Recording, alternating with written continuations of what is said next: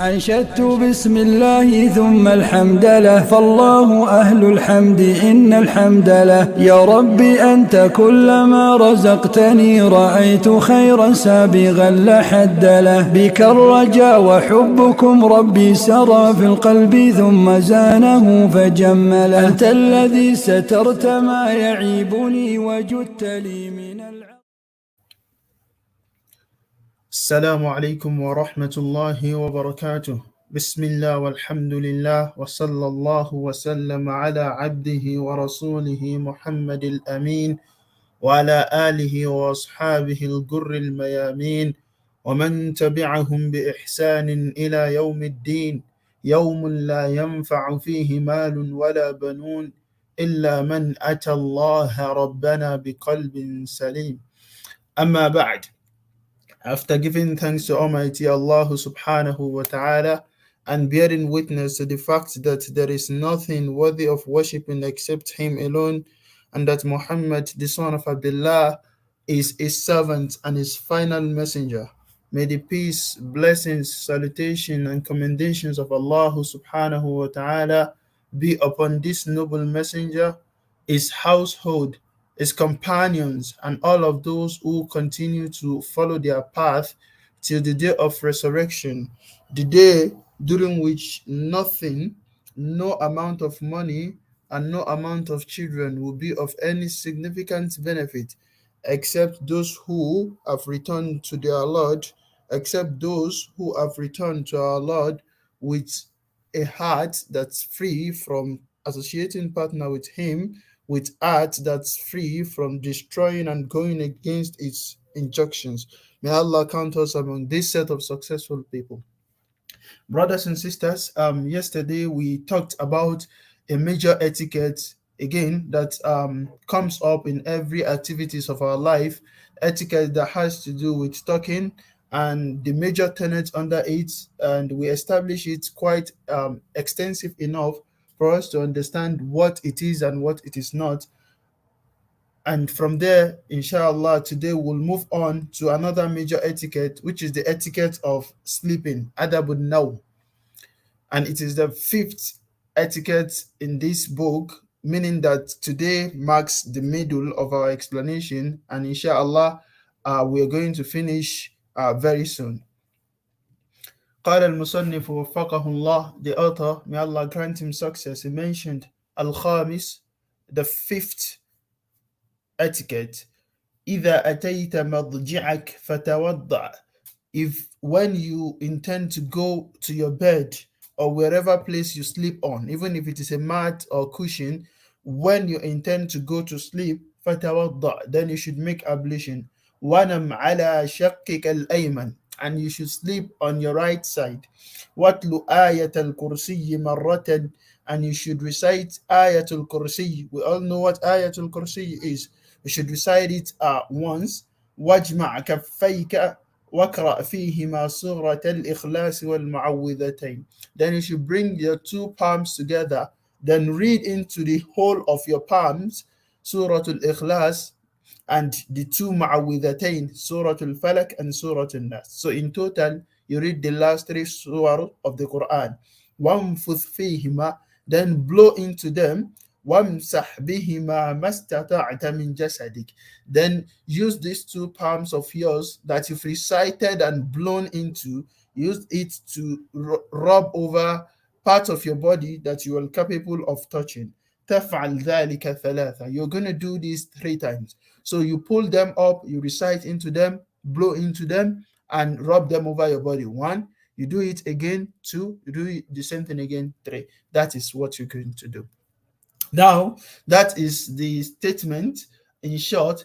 And now, as usual, we will take our time to look into them and derive the ruling and the restrictions and limitations surrounding them. So, looking at this statement, we can arrive at 8 masail, 8 issues. فيه 8 مسائل. We can point out to 8 important aspects. فالمسألة الأولى, the first issue, is when he mentioned that إذا أتيت مضجعك فتوضأ.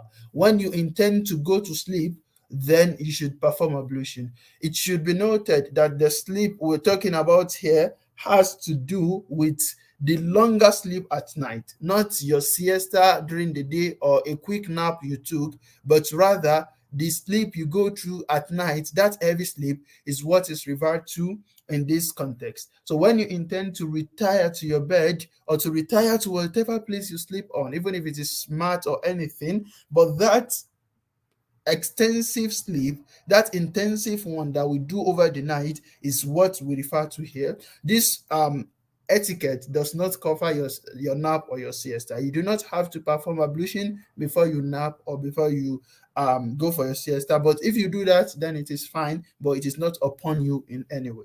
The one which is highly recommended is when you're about to go to your final sleep for the day, then you should perform ablution. And this is the first mas'ala, and I hope that it is clear enough. Then we move on to the second mas'ala, when he mentioned that وَنَمْ عَلَى شَكِّكَ الْأَيْمَنِ, you should sleep upon your right side. And this is something that every Muslim should be aware of. We sleep on our right, on the right part of our body, and this is as clear as it should be. And in fact, something interesting, I came across a recent development in it's not technology per se, but a recent development in building mattresses, whereby they pave some way into that mattress to allow you to sleep more comfortably on your right side. Because one thing you would experience, and I think anyone who has tried this would know, is that if you're not careful enough, you tend to wake up the other day with some form of pain on your right side of the body, even though that only means that you've not done it properly enough, because whatever Islam has recommended will not come with pain, to be very honest. In as much as you get familiarized with it, you're going to be fine with it. It's just like some of the sitting posture in Salah, which I hope one day we'll start taking books on fiqh, and at first they might appear to be uncomfortable, but when you move ahead with it, you realize that it's of more significant benefit. So al-mas'alatu al-thalitha, the third mas'ala, is watlu ayatul kursi marratan. Then you should recite ayatul kursi, the verse, the only verse in the Quran that made mention of the kursi of Allah, the stool of Allah, not the arsh, but the stool where Allah put his leg after being on the arsh. So the only verse, that powerful verse in Surah Al-Baqarah, then you should recite it once. And we should quickly go over this verse, not to do tafsir, because that's extensively bigger than the scope of this, but with few interpretation, so that we understand how powerful this ayah itself is.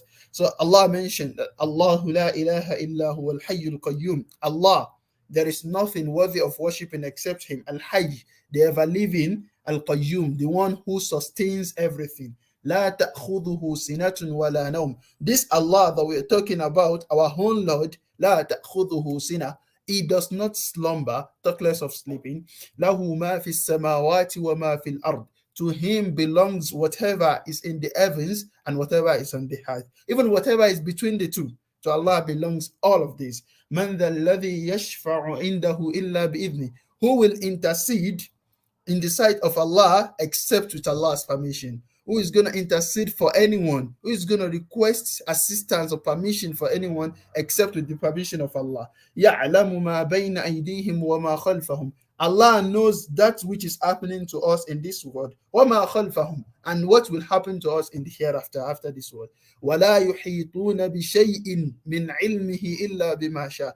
Brothers and sisters, we do not know anything about Allah except that which He wants us to know about Him. This is why no amount of your philosophy or your creative imagination can tell you anything about Allah, except that you stick to what Allah has mentioned about Himself, because Allah obviously knows Himself more than us, and He has not allowed us to know Him except through whatever means He has left open. I mean, you cannot even see Him.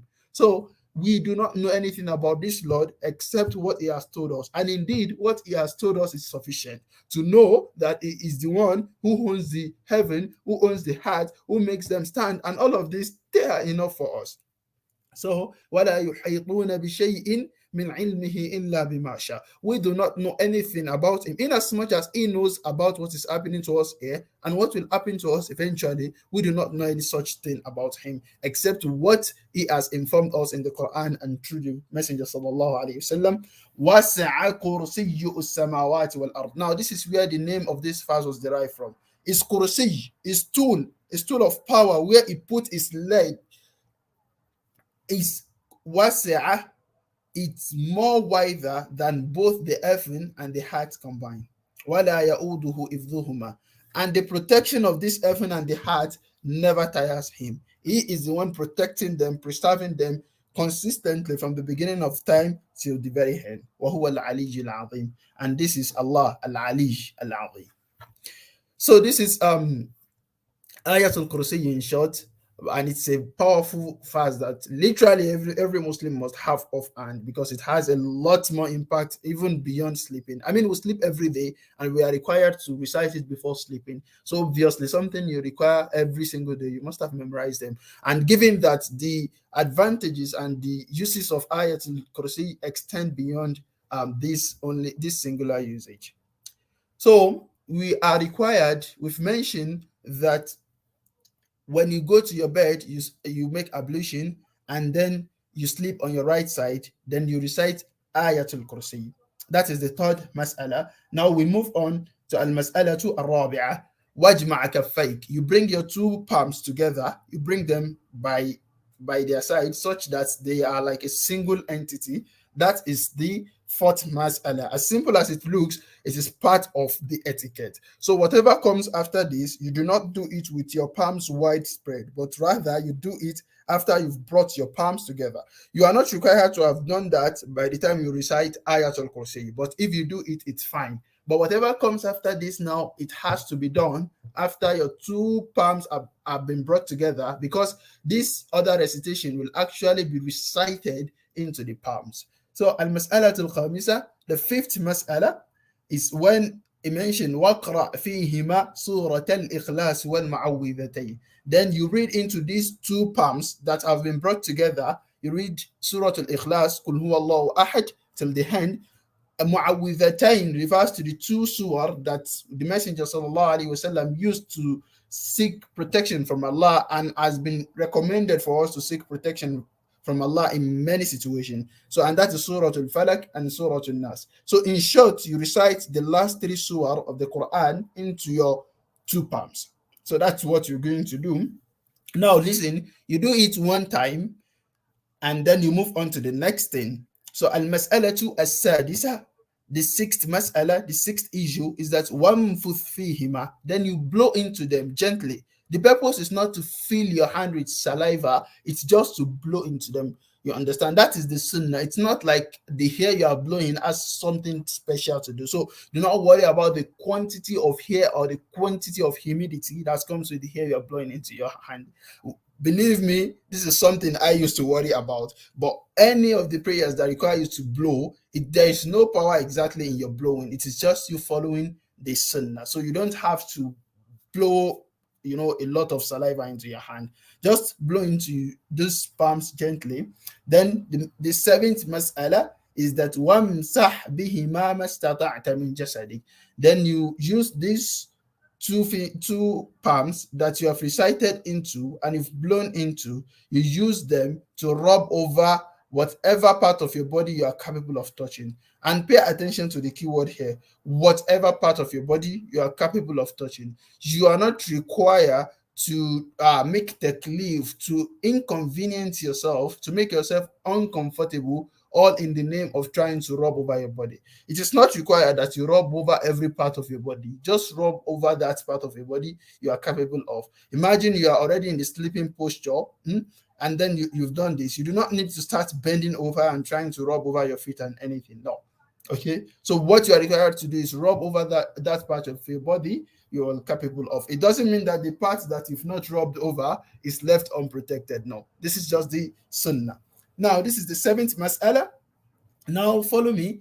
The eighth mas'ala now is taf'alu dhalika thalatha. You are now going to repeat this to make it three. So you're going to do it two more times. Where does the repetition comes from? The repetition is not with the wudu. That one is clear. You make the wudu once, you sleep on your right side once. We know all of that. Those ones are clear. Ayatul Kursi is once. You do not repeat it. Where the repetition starts from is when you've brought your palms together and you recited into it Suratul Ikhlas, Suratul Falak, Suratul Nas. These three surah, you recite them once, and then you blow into the palms once, and then you rub over your body once. That's one. Then you do the same thing again. You recite these last three surah again, each time once, blow into the palms once, rub over your body. So making two, then you do it the third time. So this is as-sahih al-qawlayn. This is the most authentic among the statements of the ulama. There are some of the scholars who opine that what you do is instead of doing it over and over again, put your palms together, recite Surah Al-Falak, recite Surah Ahad, Surah Al-Ikhlas, recite it 3 times, Falak 3 times, Surah Al-Nas 3 times, then you blow into your palms 3 times, and then you use that to rub over your body 3 times. That is acceptable as well. Remember, this is matter of etiquette and matter of recommendation. That is acceptable as well, and there is no harm in it.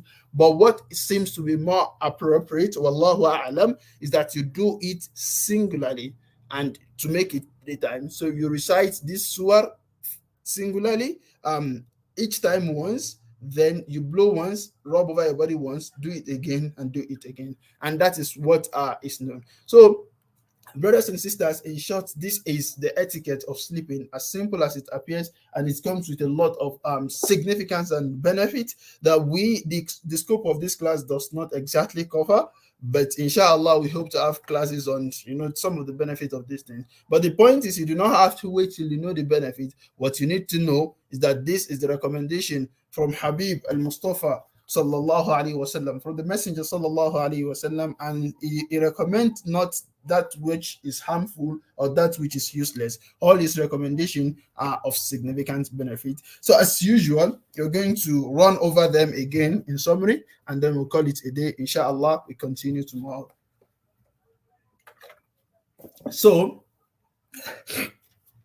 in short, the etiquette of sleeping, we mentioned that إِذَا أَتَيْتَ مَضْجِعَكَ فَتَوَضَّأ. When you return to your place of sleep, we talked about this. It is the extensive sleep at night that requires you to perform ablution, not your random napping or siesta during the day, but the intensive sleep you actually do. So it's recommended, highly recommended, that you perform ablution. وَنَمْ عَلَى شَكِّكَ الْأَيْمَنِ, and you sleep upon your right side. This is also the recommendation for your napping, but depending on the situation you are, if you're sleeping on a desk and a chair, you cannot possibly put your right side on the floor. So all of this ruling extensively, they are more into the longer version of the sleep we do at night than the common random one we do during the day. What do ayat al-kursi marratan? You recite ayat al-kursi a singular time, and we've gone over this ayat al-kursi with some beautiful interpretation. You might want to go back to part of the session to listen to that. Wajma' kaffayk, then you bring your 2 palms together. Waqra' fihima surat al-ikhlas wal ma'awwidhatayn, then you read into these 2 palms Surah Al-Ikhlas, Surah Al-Falak, and Surah Al-Nas. وَانْفُثْ فِيهِمَا, and you blow into them gently. The purpose is not to fill your hand with saliva, just blow into them gently. وَامْسَحْ بِهِمَا مَا اسْتَطَعْتَ مِنْ جَسَدِكَ, then you use these 2 palms of yours to rub over whatever part of your body you can reach. You do not have to make yourself uncomfortable during the process. Just rub over the part of your body that it's comfortable for you. تفعل ذلك ثلاثة. Then you repeat these 3 times. The repetition starts from the recitation of Surah Al-Ikhlas, Surah Al-Falak, and Surah Al-Nas. So we've clarified Ayat al-Kursi is once, but then you bring back your palms again, recite into them these 3 surah, blow into them, and then rub over your body. Then you do the same thing again. And we also mentioned that some of the scholars opine that you can bring your 2 palms forward, recite each of these surah 3 times each, and then blow into it 3 times, and then you rub over your body 3 times. That is the same. It amounts to the same thing as repeating them singularly, although we are of the opinion that the one that is more appropriate is to do them singularly. وَالْعِلْمُ عِنْدَ اللَّهِ, and Allah knows the best. This is the conclusion of the discussion on etiquette of sleeping. May Allah make it easy for every one of us. إِنَّهُ وَلِيُّ ذَلِكَ وَالْقَادِرُ عَلَيْهِ وَصَلَّى اللَّهُ وَسَلَّمَ عَلَى عَبْدِهِ وَرَسُولِهِ مُحَمَّدِ الْأَمِينِ وعلى آله وأصحابه ومن والاه. سبحانك اللهم بحمدك أشهد أن لا إله إلا أنت أستغفرك وأتوب إليك. قل هذه سبيلي أدعو إلى الله على بصيرة أنا ومن اتبعني وسبحان الله وما أنا من المشركين. Say, this is my way. I invite to Allah with insight, I and those who follow me. And exalted is Allah, and I am not of those who associate others with Him.